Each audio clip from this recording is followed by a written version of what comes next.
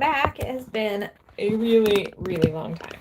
But I've been experimenting and playing, kind of getting my groove back. Sorry as I adjust this. Sometimes the camera looks different until you go live, and then the view changes a little bit. So anyway, I've been playing with a new medium that I really, really love, and I thought I'd share it with you guys because I think you guys might love it too. Now, I'm certainly not super experienced at this. I've just started using it within the past maybe 6 months to a year. And I don't paint constantly. I have a busy life like I'm sure you guys do, so I'm still learning. But the medium is cold wax medium. Now this is Jacquard Dorland's wax medium. I got it. Can't remember if I got it on Amazon or on like Blick Art Supplies or Jerry's Artorama, but my Hobby Lobby anyway does not carry it. But it's a bit like Crisco. And it does dry clear-ish. So a little bit cloudy because it's a matte type medium. Look, I got a little bit of green in there. So you mix it with your pigment. It is oil-based. You cannot use acrylic paints with it, but you can use all kinds of other things. You can use oil paints. If you have inks, you can use inks. You can use pigment powders. So anything you might have for acrylic pouring that's not acrylic paint, for the most part, you're gonna be able to mix with this. So, mix glitter in. So it's really fun and versatile. Now, it dries somewhat slow, but I'm talking to an audience of mostly of pourers, so it's not gonna be quite the same. You can certainly pick it up and tilt it, so that's kind of nice. What I'm gonna do today is just play more than talk about the medium, I think, and show you what it does, and then I'll do a video on how to use the medium and all about it so that you can see how it works, and then you can be like, "Ooh, yes, I want to know more about it," or that doesn't look like it's for me. So basically, you can get a palette. This is a glass palette, or like a paper palette. You can probably use the glass palette, and then you have silicone brushes. You can use any kind of disposable thing. This is a silicone scraper. This to me, a lot of people use this if you watch YouTube videos. You see I used it for swipes with my acrylic pouring. And making sure I can see comments if anybody comments. I use it for swiping, but I haven't used it much for the wax medium because for me personally, it's just too big and bulky, and the spreading it does, it just covers too large of a surface. I've even used some larger surfaces than this. And for me, I prefer something smaller like a palette knife or a silicone. This is like just a silicone brush from Hobby Lobby. But, personal taste. I'm using a panel, a canvas panel. Oops. You do not want to use a regular canvas for this unless you're just practicing. I have just to play around with it to learn the medium because you layer this you can do just one layer, but a lot of people use layers, and if you're using a canvas, a stretched canvas, it's going to, move and be flexible. The wax can crack. So you want a hard surface like a canvas panel or like a canvas board. You can also use paper because you're not going to build up as much. So if you want to do just like one layer worth of stuff, paper works really well for this. So now real quick to get into the fun part. So what you do is you just scoop out some of this wax medium, and you can see it looks a lot like Crisco. Put some on your palette. You probably don't need that much for one color. Make sure you guys can see it. And then you're gonna take a color. And like I said, you can use pigment powders. You can use charcoal that you crush up. You can use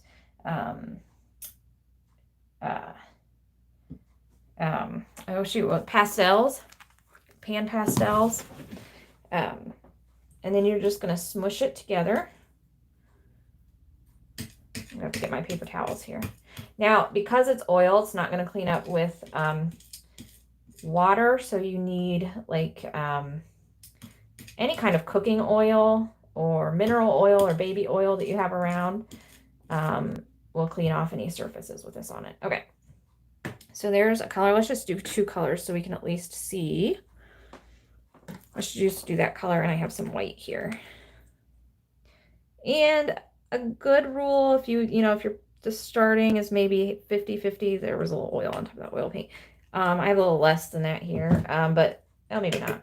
50-50 eyeballing it, paint to medium, but again, as you get used to it, you might decide you like a little bit different.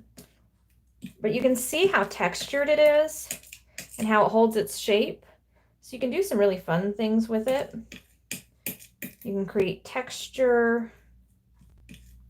And because this doesn't dry super fast, you can do, you can go back to it the next day and do another layer.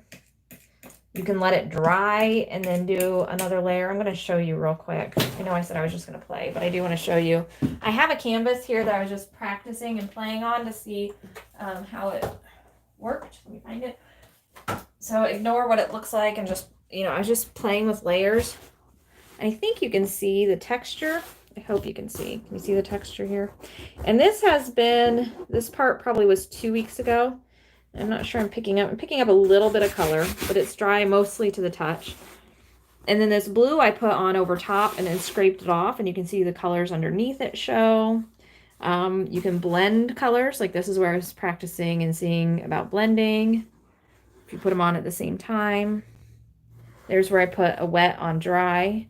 So just the peaks of the red were showing through. So really fun. It's really versatile. Like I said, you can just do one layer. You can do a bunch of layers.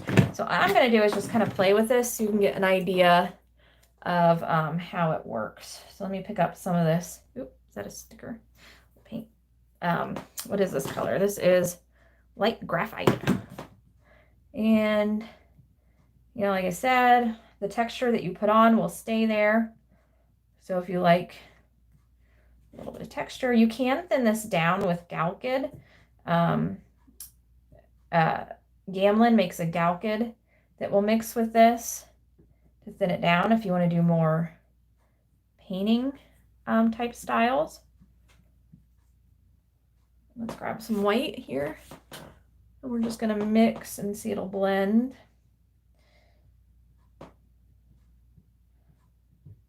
I think all my finished pieces are at home to show you, but you can sort of blend it, you can build it up. I should have put a cover on this table. And like I said, if you want to come back to this in a few days, let's say it's dry and you want to blend rather than just put on top of, you can just add a layer of that cold wax medium, let it sit for about an hour or two. About an hour. It'll soften that layer up. It does have a solvent in it, so you do want some ventilation. You don't want to be in a tiny closed room. Let's add another color here for fun.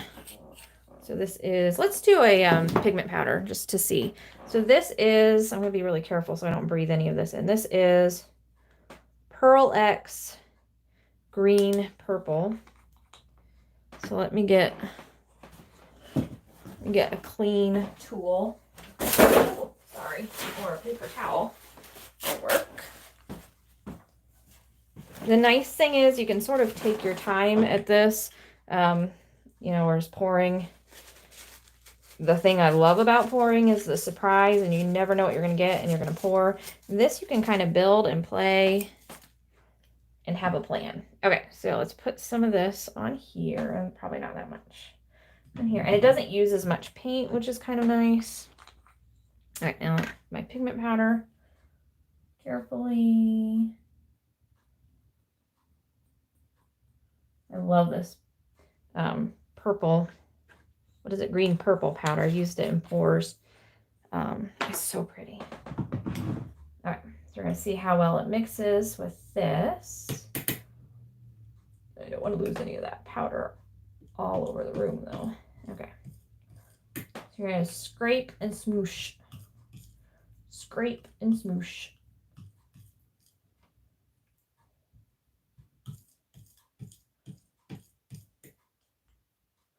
Scrape and smoosh. Okay. Now this looks a bit more, because it's that powder, transparent. So it'll be interesting to see how this works. I love how you can just build up. Let's do some like Let me just put some of this down here. And then I'm going to try and do some like fun, thicker textures with the palette knife. So you can do like a pattern of texture.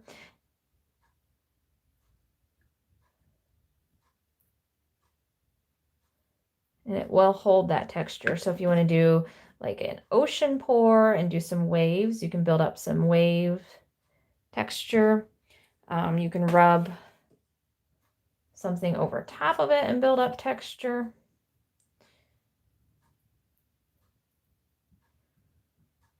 I kind of like that, being able to texturize. And I'm not worried really about my composition. I'm not paying attention to that right at the moment. Just kind of playing here. I'm going to blend some of this with this gray so you can see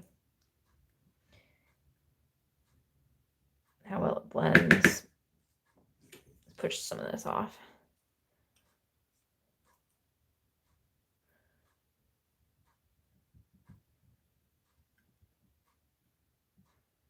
The fun thing about it is that you can really just play around, especially with a first layer, because you can come back to it and be like, oh, I didn't like this, I didn't like that, and you can change whatever parts of it you want to change without changing the whole thing. You can build on top of it and change most of it, but my favorite part is probably the texture. Hi, Monica. I'm glad you got to pop in and say hi. I've missed everybody on here too, very much. Okay, so let's keep building with this pigment powder. And like I said, I will do a video that shows more of like how to use it. This is just, I wanted to show you how you can play with it mostly.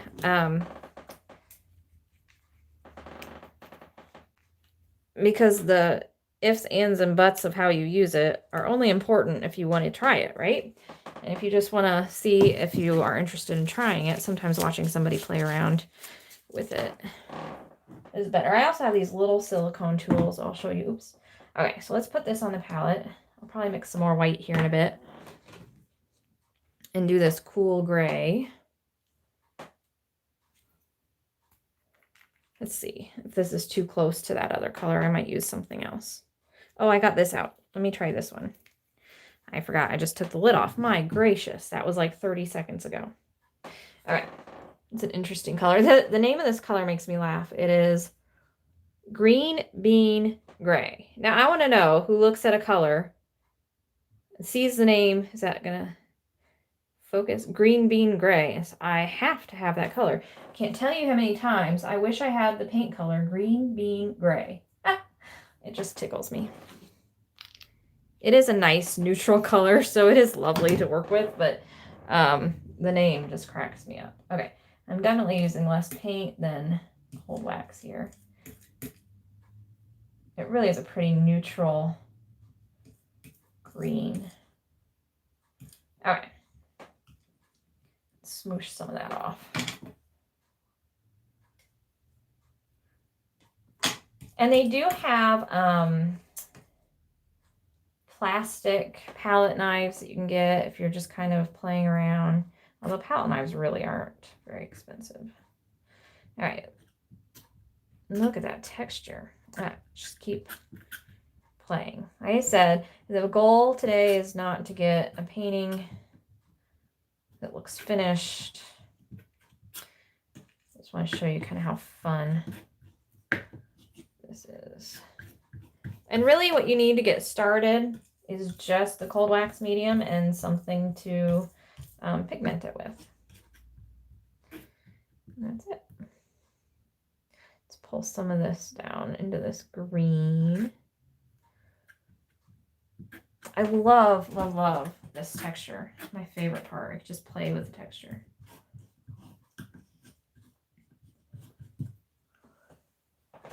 And the fact that you can just play with it. I know I've said in some of my videos, the only thing I really don't like about pouring is how fast it's over. Sometimes it works out really well to where you do a quick pour And it just looks so pretty and you don't want to mess with it, but I like to play with my art sometimes.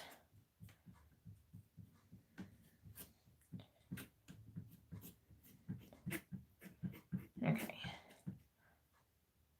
Put some of these peaks down just because it's going to be really hard to build on top of this with really big peaks. Now, if you're familiar at all with oil painting, there is a rule. You have to go from fat to lean with your layers so that the layers will adhere and stick. You don't have to worry about that at all with this oil or cold wax medium. And if you're just joining us on the live, this is what I'm using. This Dorland's wax medium. And if any of you find it at your Hobby Lobby, let me know. My Hobby Lobby does not carry it, and I don't have any other craft stores in town. I have Hobby Lobby and Walmart to choose from. So I ordered mine. And I have a gallon over here too. It comes in, I think it comes in, I believe this is a 21 ounce or is it a 16 ounce? 16 ounce. You can get it in a gallon. It's not super cheap, but at the same time, you don't use a lot compared to like, if you're buying a gallon of like pouring medium and you're thinking, gosh, this is expensive because it's going to go so fast. This isn't going to go nearly as fast as pouring medium, especially if you're doing it on paper and doing one layer, or even if you do less texture. You really don't use a whole lot, and you really don't use a lot of paint or pigment. I think what other pigment, I know I have some inks somewhere. I was going to show you, but and again, you can layer. Let's mix some white.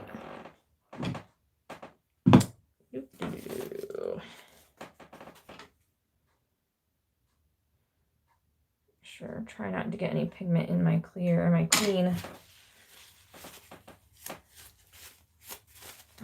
wax medium. A little bit on there. A little white.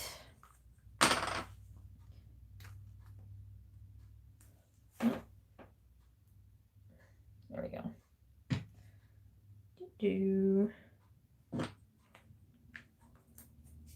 Okay. And let's use this one to mix it since there's nothing on there. Like I said, just smoosh and scrape. It's kind of fun. It's very relaxing. If you just want something relaxing to do, this is great. It's a bit like finger painting, really. And actually, I have, there have been days I've put on gloves. You really don't want to get this all over you. Like I said, there is solvent in this wax medium. So, like I said, don't do it in a super tiny enclosed room. And you don't want to get it all over your skin. But anyway, what was I going to say about that? Well, I just totally lost my train of thought. Wow, I really did lose my train of thought. For crying out loud, I have no idea where I was going with that. Well, if I was saying something you were interested in me finishing the sentence for, just comment below what I was saying, and I'll finish my thought. How crazy is that? The way my brain is these days. Let's do some more of this blue. I'm really liking these colors. I said a beach pour would be really pretty. And what I can do is let this dry a little bit. I could come back later today. After a few hours, it starts to stiffen up a little bit. So you can still work with the texture, but you don't have to worry about it getting muddy because you can sort of control how much you're blending. If I wait like 3 days, it's going to be pretty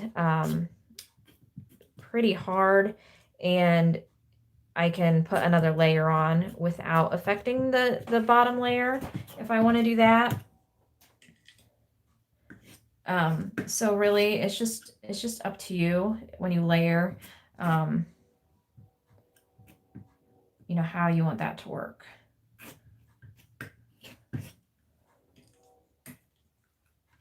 If anybody wants to see anything, I'm just going to cover this and play.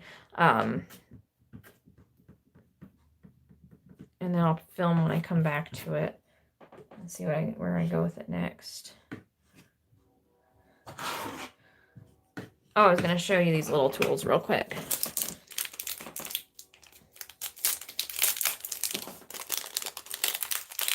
This is like a little tiny silicone just from Hobby Lobby. Let me see if I can get some of this green from the pigment powder. I can just go in and put little details in there or work on the texture if I want.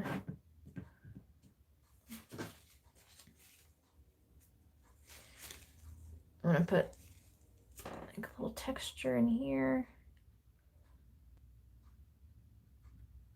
The other nice thing about it, let me show you. Let's say I didn't like any of this at all. What I can do, scrape off this white, scrape it back onto my palette. It has a little bit of pigment on it, so I'll put it right here so it's not quite right on my white. And clean this off. Scrape off some of this green if I don't like it. Scrape that back on. And I still have all that paint to use. And I can start over and rework what I didn't like. So that's kind of nice. What you do is not set in stone. And like I said, because this is just the first layer, this is just the beginning of this painting. Not that you can't do a one-layered painting. I have one at home that has one layer on it, and I love it. And I keep looking at it thinking, should I do something to it? But I'm really happy with that one layer. So I'm just going to finish covering this up real quick. And then I'll wait a few days and do a video of a second layer. And that'll give you guys time to ask questions if you want. There's something you want to know about this, or there's something you want to see. If you're like, I kind of want to try that before I do. I want to know X, Y, or Z. Let me know. Okay, so there is just the basics of what it does. Like very basics. We're talking, this was cold wax medium by a dummy for dummies. Not that you guys are dummies, but you know what I mean, like those dummy books. If you're not familiar with the dummy books, I was not calling anybody a dummy. It just means it's for beginners and you don't know anything about it yet. So there we go. Let me know what you think. If you think you want to try it, if you have tried it. Also, I would love to hear what you guys are doing. If you're still really into fluid art, I still do some of that. If that's still your first love, let me know that too. Or if there's something you're trying in addition to, or if you're kind of in a slump wanting to try something, whatever you're working on, however life is, do let me know. It's, you know, the 20s is my new saying. It's the 20s. So we need to check in on each other and see how everybody is doing and make sure everybody is well. So I hope you're well. Chat with me in the comments and I will get back with you. If I missed a comment, if you're a subscriber and you commented on another video that I did not reply to, I do apologize. It's been, you know, quite a few months, so I wasn't always 100% active in reading my comments. So if there was a question you had that you didn't get answered, please reply again and I will try to get more active and back in the groove of being on and checking those comments and such. So super happy to get back to you guys. Love to hear how you were doing and let me know what your questions are and what you're doing. We will talk to you later, guys. Happy pouring or waxing or painting or whatever you're doing.